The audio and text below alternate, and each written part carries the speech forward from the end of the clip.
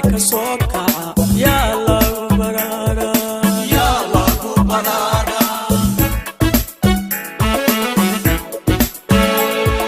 بدهاغو واللبا بيا كلو لعلكيو يا ما يسكن بيان شو بريهيو حلقا بيا داوسيدين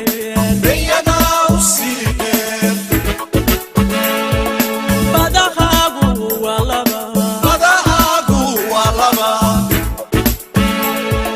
بيا كلو لعلكيو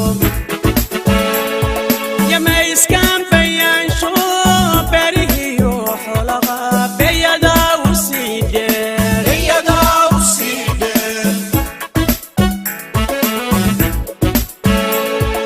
تاريخ دو بين مالي بيضوي يفانو لما بانو من المرن بسم الله الرحمن الرحيم waxaan caawa halka isugu nimi xafladan qiimaha leh si aan uga tashanno ayaheena iyo xaaladda ka jirta gobolkii bari oo yaantan xiisada ka jirto marka arrintaasaan waxaan ka soo saaray shirka kaga hadalay haddana waxaan rabnaa inaan sii dayno baaqi maxaan ku shaarinta la xiriiray si maaragtay aan ummadda u dareensiino dareenka aan qabno oo jaaliyaddan meesha fadhida UK ku nool inay tusto dadkaas Soomaaliyeed shucuurtooda meeshay ka taagan tahay ayaan meeshaan caawa isugu nimi iyadaanu ka hadlaynaa iyadaanu baaq ka soo saaraynaa haddii ilaahaga idmo baaqaasi uu ku dhan yahay warka iyaguna السلام عليكم ورحمة الله. انت وشيغي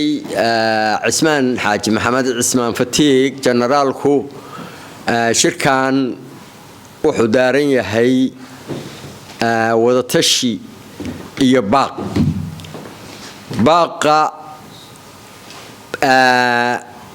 shirkan ka soo baxay waxa number 1 ka ah shaqaaqada iyo hadda xogaaga buuqa ee ka jira magaalada Boosaaso tala bixin shirkaanu uu ka tala bixiyay wuxuuna ku tala bixiyay inaan magaalada Boosaaso dagaal ka dhicin dadkan wax isku hayaana waxa ay isku hayaan inay safgarad ku dhameeyaan iyo wada hadal Soomaalidu waxay tiraahdaa dagaal wiil kuma dhashee wiil baa ku dhintaa Boosaaso dagaal uma baahna nabad bay u baahan tahay waa magaalo lagu barwaaqoobay waa magaalo Soomaali oo dhami isugu timi waa magaalo aan la kala sheegan dadka degan oo dhanbaa dantiisu ku jirtaa in maxaan ku iraahdaa wixii dana gaar ah meel la iska dhigo dadka maamulka magaalada iyo xukunka iyo dadka u hayaana maxaan ku iraahdaa ha ka fiirsadeen inaanay marnaba isku dayin inay dadka iska hor keenaan assalaamu alaykum wa rahmatullahi wa barakaatuh بسم الله الحمد لله والثناء لله ثم الصلاة والسلام على رسول الله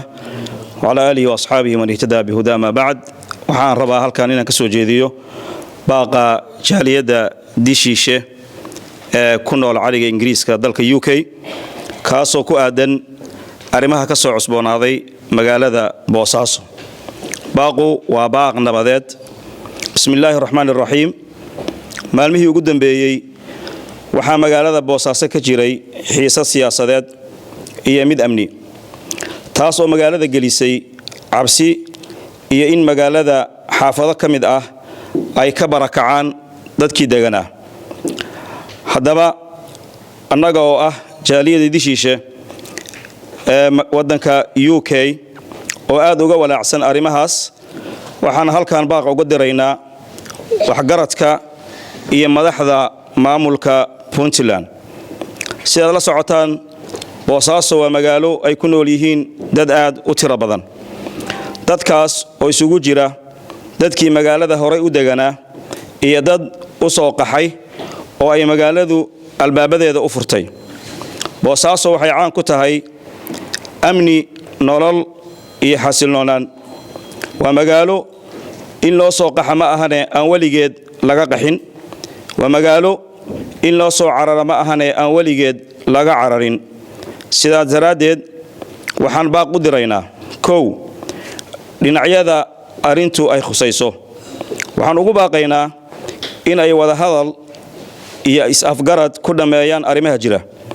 dagaal iyo xabadi marna xal ma ahan. xabadi waxbay dishaa, xalna ma keento. weli lama arag lamana sheegin xabad keentay xal. waxaan ugu baaqaynaa madaxweyne Siciid Cabdullaahi Deni iyo xukuumaddiisaba in ay sida ugu wanaagsan uguna quruxda badan ku dhammeeyaan arrimaha soo cusboonaaday, maadaama ay ayagu dalka madax u yihiin,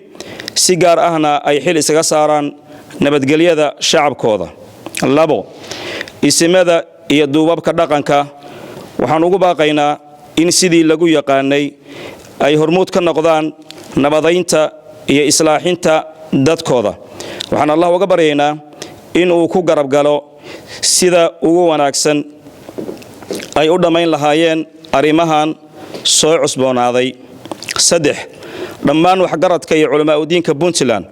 waxaan ugu baaqaynaa in iyaguna doorkooda ka qaataan nabadaynta iyo xal u raadinta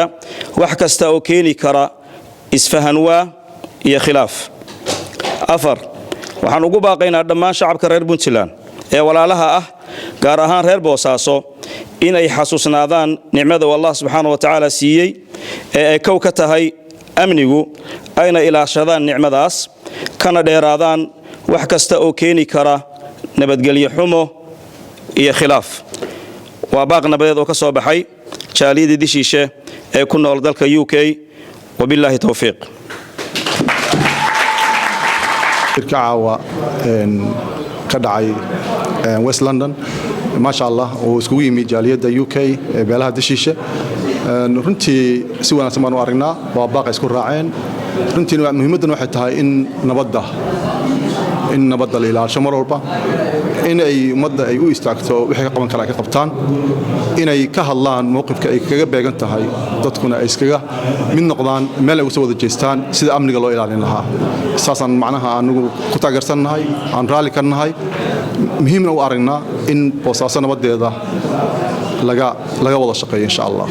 Assalaamu calaykum waraxmatullaahi wabarakaatuh. waxa iga baxay shirkii caawa halkan waxa iga baxay baaq baa laga soo saaray nabadeed oo ku saabsan buuqa iyo iska horimaatinka yar ee ka taagan magaalada Boosaaso. waxyaabihii lagaga hadlay taasaa ugu weynayd, taasoo bulshada meeshaan isugu timi isku aragti bay ka ahayd. aragtidaas oo ah inaan wax dagaal ah laga ridin Boosaaso. waayo dagaal waxa weeye xabadi qof bay dishaa, qof ma noolayso. dagaalna khasaaro keenaa, bulsho dhan buu burburiyaa. dagaal Soomaaliya khibrad bay u leedahay. khibradday u leedahay waa khibrad ilaa iyo 40 sano gaaraysa, ilaa iyo 77 laga soo balaabo Soomaaliya dagaal dad baa ku dhimanayay. wax ka soo noqdayna ma hayno. marka waxa shirkaasi wallaahi aan ugu bogayday waxyaabaha maartay looga hadlay baa waxa ka mid ahayd in nabadda gacan la siiyo oo la taageero. dadkan waxa la isku hayaa waa maslaxad.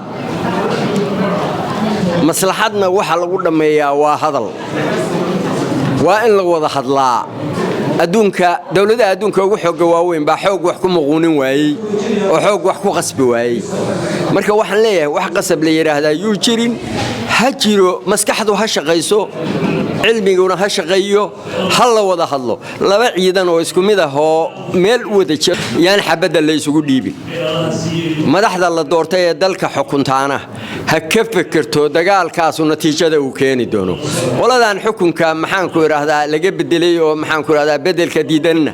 waxa weeye jagada inay tahay maxaan ku iraahdaa de wax maaragtay meerta ah oo qof maalin la magacaabo de taa ha ogaadeen. marka labaduba wacyi aqli qaba iyo maskax فكر wanaagsan leh hal yimaadeen oo aan dagaal in la isu qaato ahayn ay xabada la isugu dhiibo wiilal yar yar oo isku xuduntooda la kala jaray oo walaalaha isku gobol iyo isku degmo ka yimi marka waxaan leeyahay maskaxdu ha taliso dagaalkaasna hal la joojiyo meeshaasna yaan dagaal ka dhicin dadkan madaxda ay dadku doorteen ha ogaadeen dadka in loo doortay inay ka taliyaan maslaxadda dalka ee aanay ka dalin kala qaybinta iyo burburinta dalka assalaamu calaykum waraxmatullaahi wabarakaatuh halkan waxaan ka taageeraynaa shirkii caawa isku yimaadeen jaaliyadda beesha Dashiishe ee London shirkaas oo ku saabsanaa arrimaha ka soo cusboonaaday bariyada ugu dambeeyay magaalada Boosaaso warku wuxuu ku dhan yahay warmurtiyeedkii ay u dhamaayeen beesha Dashiishe ee London warmurtiyeedkaas ayaanu taageersanahay waxaan uga digaynaa cid kasta oo isku dayda khalkhal amni inay geliso magaalada Boosaaso inaan looga dulqaadan doonin waxaan u sheegaynaa qolada maamulka Puntland iyo qolada BSA inaan looga yeeli doonin in magaalada Boosaaso amni darro ku sameeyaan waxaan uga digaynaa magaalada Boosaaso waa hooyo Boosaaso waa deeqa cid kasta oo isku dayda amniga magaalada Boosaaso in khalkhal geliso waxaan ka soo horjeednaa yeelmadii inaan Boosaaso xabad ka ridi karin cid uga dulqaadan aanay jirin jaaliyadda Dashiishe ee wadanka UK waxaan baaq halka uga soo jeedinayaa magaalada Boosaaso oo dhibaatooyin baan lagu hayo dagaalo ka soo cusboonaaday waxaan uga digaynaa magaaladu waa hooyadii Puntland waa hooyadii dawladda federaalka waxaanu doonaynaa in magaaladaas ay xabadi ka dhicin hadii ay noqoto ilmadiyaano oo in ay tanaasulaan iyo hadii ay noqoto inuu Saciid Cabdullaahi Dani uu tanaasulo please waxaan ka codsanaynaa magaalada qofkii xabad ku rida annagu waan ka soo horjeednaa